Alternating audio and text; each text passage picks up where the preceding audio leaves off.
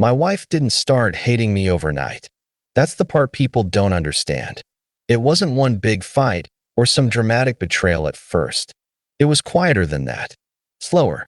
The kind of thing you only notice when it's already too late. The first time I felt something was wrong was when she started saying my name differently. Shorter. Sharper. Like it cost her something to say it at all. We'd be sitting on the couch after dinner, the TV on, both of us pretending to relax, and she'd be texting nonstop. If I asked who it was, she'd say, just Maya. Her best friend. The one she'd known since college. The one who was always around. At first, I didn't mind. Maya had been part of our lives for years. She was loud, opinionated, always had something to say about relationships. Her own marriage had ended badly, and she wore that like a badge. Men show you who they really are eventually, she'd say, usually with a laugh, usually while looking straight at me. I'd smile and let it slide. It didn't feel worth reacting to. But slowly, my wife started repeating her words, not quoting her exactly, just adopting them. She'd accuse me of being emotionally unavailable when nothing had changed. She'd say I didn't listen anymore, even when I was sitting right there, asking questions, trying to understand what she wanted. And whenever I pushed back, even gently, she'd sigh and say, Maya says this is how it always starts. That's when I realized I wasn't just having conversations with my wife anymore. I was arguing with a third person who wasn't even in the room. I tried to talk to her about it one night. Told her it felt like someone else was deciding how she saw me. She got defensive immediately. Said I was paranoid. Said Maya was just looking out for her. Then she asked me why I was so threatened by a woman who just wanted her to be happy. I didn't have a good answer for that. So I dropped it. But I started paying attention after that. Little things. How she'd go quiet after spending time with Maya. How she'd come home irritated, already halfway into a fight I didn't know I was part of yet. How disagreements that used to end with compromise now ended with her saying, "You wouldn't understand," and walking away. The night that really stuck with me happened on a Tuesday. Nothing special about it. I came home from work tired, made us dinner, cleaned up afterward. She barely touched her food. Finally, she said, "Do you ever think about how different my life could have been?" I asked what she meant. She shrugged. Maya thinks I settled. That word just sat there between us. I remember staring at my plate, the fork in my hand, trying to figure out how we'd gotten here without me noticing. I wanted to argue, to defend myself, to remind her of the life we built together. But something in her face told me that wouldn't help. So I asked her one question instead. "Do you think that?" She didn't answer right away. She looked at her phone. Then she stood up and said she was going for a drive. She didn't come back for 3 hours. That was the first night I slept alone in our bed, even though she eventually came home. And that was when I realized something had already shifted. I just didn't know how far it had gone yet. The next few weeks felt like living in a house where the furniture kept moving when I wasn't looking. Everything was technically the same, but nothing felt familiar anymore. My wife started spending more time at Maya's place. At least that's what she said. Sometimes she wouldn't come home until after midnight, and when she did, she'd be wired, like she'd just had a long, emotional conversation she didn't want to share with me. If I asked how her night was, she'd say, "Fine," and go straight to the shower. I kept trying to show up the way I always had. I asked about her day. I planned a small weekend trip, just the two of us, thinking maybe we needed space away from outside voices. She looked at me like I'd suggested something offensive and said, "Maya says running away doesn't fix anything." That hurt more than I expected. It wasn't just the words. It was the way she started framing everything I did. If I gave her space, I was emotionally distant. If I tried to talk, I was pressuring her. If I disagreed with something, I was controlling. No matter what I did, it somehow confirmed the story she'd already accepted. One night, I overheard her on the phone in the kitchen. I wasn't trying to listen. I was just getting water. But I heard my name. Then I heard her say, "He's not a bad person, he's just not enough." I stood there longer than I should have. When she noticed me, she hung up fast and asked how long I'd been standing there. I told her the truth. Long enough. She didn't apologize. She said I'd invaded her privacy and asked why I was eavesdropping. That was when I realized how upside down things had become. I finally asked her directly if Maya had a problem with me. She didn't deny it. She said Maya could see things she couldn't because she wasn't emotionally attached. That Maya had gone through her own marriage and knew the signs. I asked her if she trusted Maya more than me. She didn't answer that either. Instead, she said she needed time to think. Then she packed a bag and said she was going to stay with Maya for a few days. She framed it like a healthy decision. Space, perspective, growth, all words that sounded reasonable, but felt like excuses. Those few days turned into 2 weeks. We barely talked. When we did, it felt formal, like we were negotiating instead of connecting. Every message she sent sounded like it had been edited by someone else first. The warmth was gone. Near the end of the second week, she asked if we could meet for coffee. Neutral ground, she said. That should have been my warning. She showed up already tense, arms crossed, eyes tired but determined. She didn't ask how I was. She told me she'd been doing a lot of thinking, that Maya had helped her see patterns she'd been ignoring for years, that she didn't feel safe emotionally anymore. I asked her what that meant. She said she didn't feel heard, didn't feel supported, didn't feel like herself around me. I listened. I really did. I apologized for things I could see now, small ways I might have shut down instead of leaning in. I asked her what she wanted to do moving forward.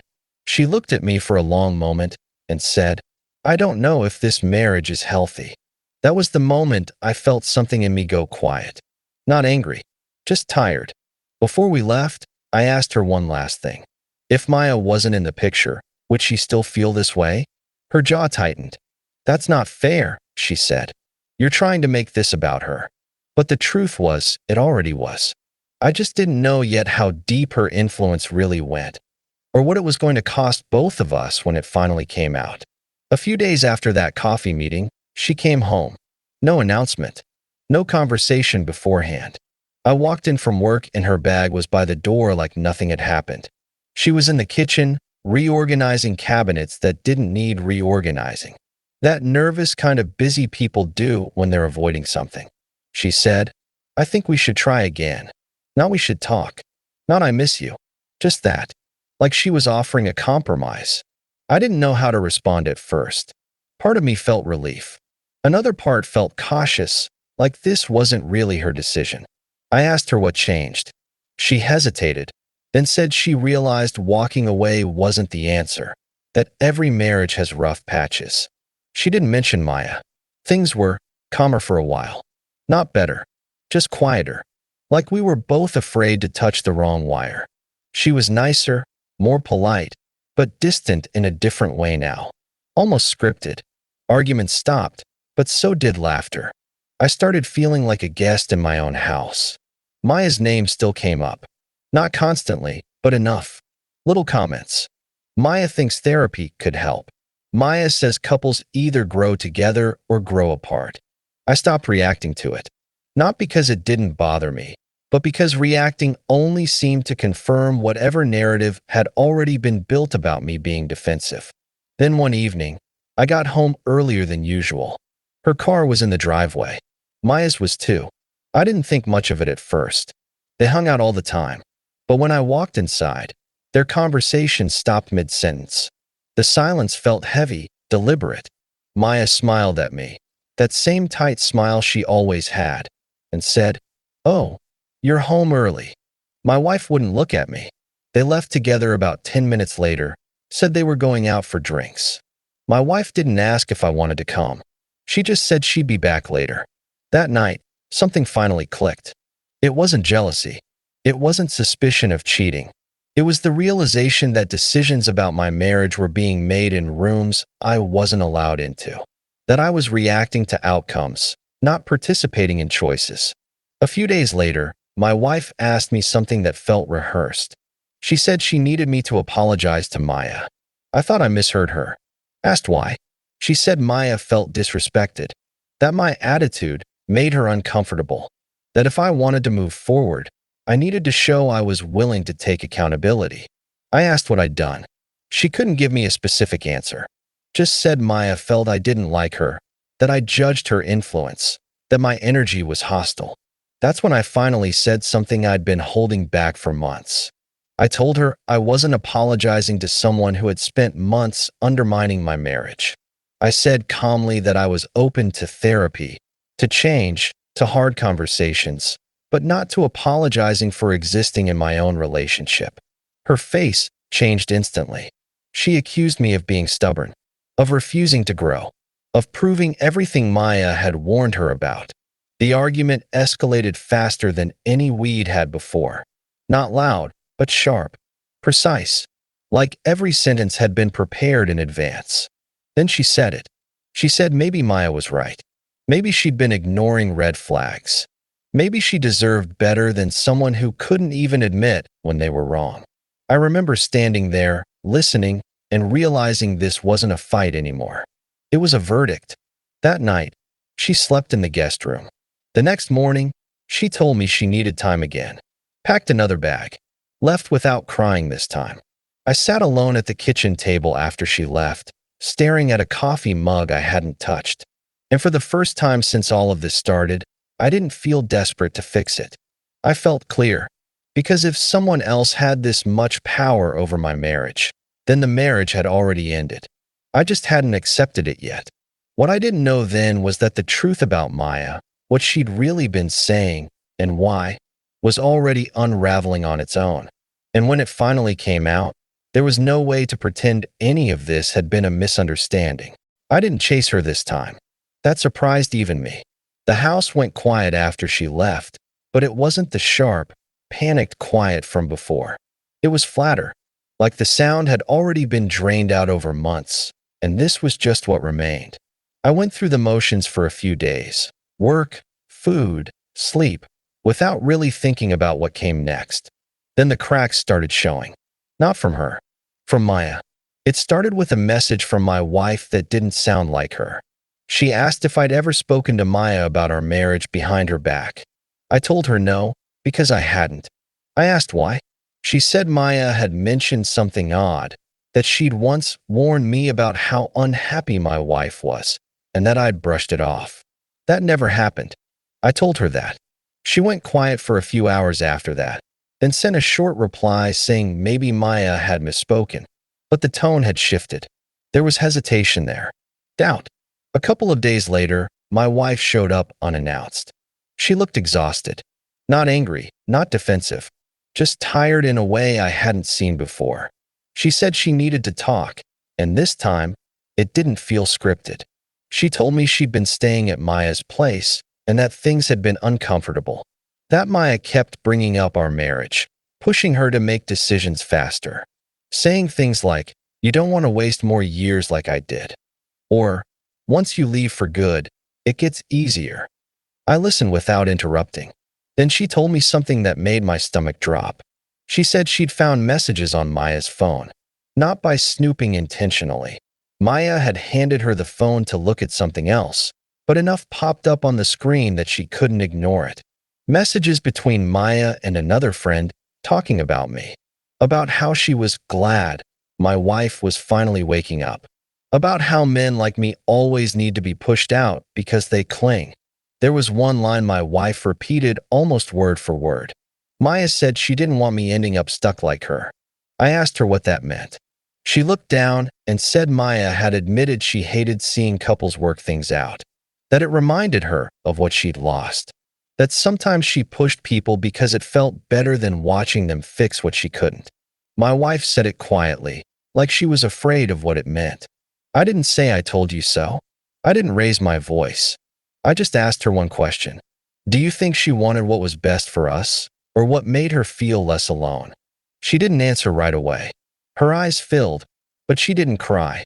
She said she felt confused, betrayed, embarrassed for not seeing it sooner. She said she needed time to process everything Maya had been telling her, everything she believed without questioning. Then she asked me something I'd been expecting but still wasn't ready to hear. She asked if we could reset, start over, without Maya, without outside voices. I sat there longer than was comfortable before answering. Because here was the part nobody prepares you for. Even when the truth comes out, it doesn't rewind the damage. I told her I needed time too, that I wasn't angry, but I was no longer sure trust could just snap back into place because someone else was exposed. I told her I'd spent months fighting a version of myself she didn't even come up with on her own. She nodded like she understood, but understanding something doesn't undo it. When she left that night, she hugged me. A real hug, the kind we hadn't shared in a long time. And for the first time, I realized something quietly devastating. Even if Maya was out of the picture now, I wasn't sure my wife ever really chose me when it mattered most. She didn't come back the next day, or the day after that. Instead, she sent a message asking if we could talk again later in the week. No pressure this time.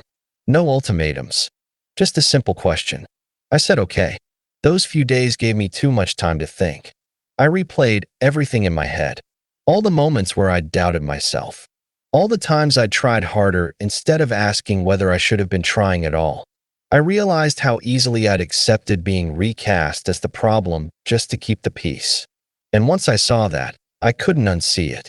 When we finally met again, it was at the same coffee shop as before. That felt symbolic, whether she intended it or not. She looked nervous, fidgeting with the sleeve of her cup. She told me she'd cut Maya off completely. Blocked her. Stopped responding. Said it felt like losing a limb, but a necessary one. I believed her. What I didn't know was whether it mattered anymore. She talked about rebuilding trust. About therapy. About how she'd let someone else's bitterness shape her view of our marriage. She admitted she'd repeated things without thinking, that she'd let another person speak louder than her own experiences. I listened. I really did. And for a moment, I could see a version of us that might have survived all this if we'd caught it earlier. But here's the part that's hard to explain. Trust doesn't only break when someone cheats or lies outright. Sometimes it breaks when they stop protecting the relationship, when they let someone else dismantle it piece by piece while they stand by and watch. I told her that. I told her the problem wasn't just Maya. It was that when she was choosing who to believe, who to side with, who to defend, I wasn't the default anymore. I'd become negotiable. She started crying then. Quietly.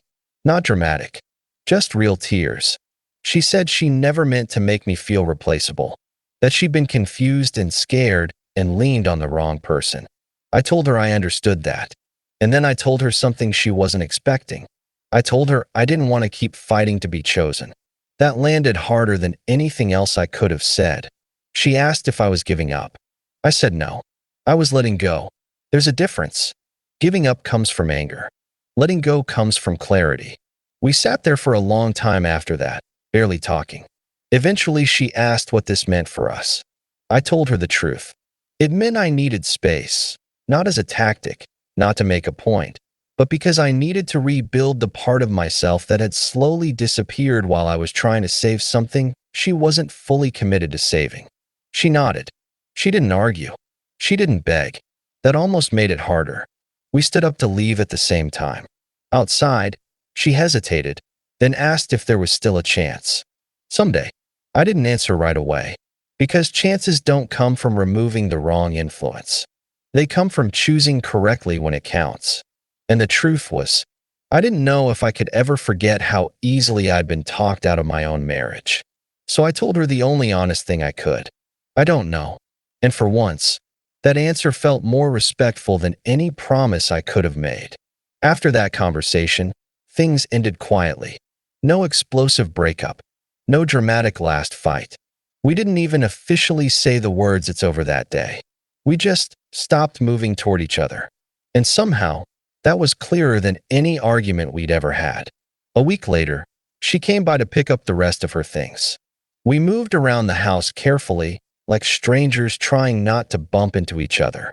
Every now and then, she'd pause, like she wanted to say something meaningful, something that might change my mind. But she never did, and I didn't help her find the words. Before she left, she stood in the doorway and said, "I really wish I'd protected us." I nodded, because that was the part that mattered. After she was gone, I expected to feel empty. Instead, I felt something closer to relief. Not happiness, just relief. Like I'd finally stopped arguing with a ghost version of myself I'd been trying to live up to. Months passed. I heard through mutual friends that Maya had burned through another friendship, then another. That pattern didn't surprise me anymore. What surprised me was how little it affected me. I didn't feel vindicated. I didn't feel angry. I just felt done. As for my wife, she reached out once. Just a short message. She said she'd started therapy, that she finally understood how much influence she'd handed over to someone else, that she was learning how to think for herself again. I wished her well, and I meant it, but I didn't reopen the door. Because here's the lesson I learned the hard way, and it took me a long time to accept it. A marriage doesn't end when someone cheats or leaves. Sometimes it ends the moment your partner lets someone else rewrite who you are and never stops to check if it's true. Love needs privacy. Loyalty needs protection. And if you have to compete with a third voice inside your own marriage, then the marriage is already bleeding out. I didn't lose my wife to her best friend. I lost her the moment she stopped choosing us without needing anyone else's approval. And walking away wasn't an act of anger. It was the first act of self-respect I'd made in a very long time.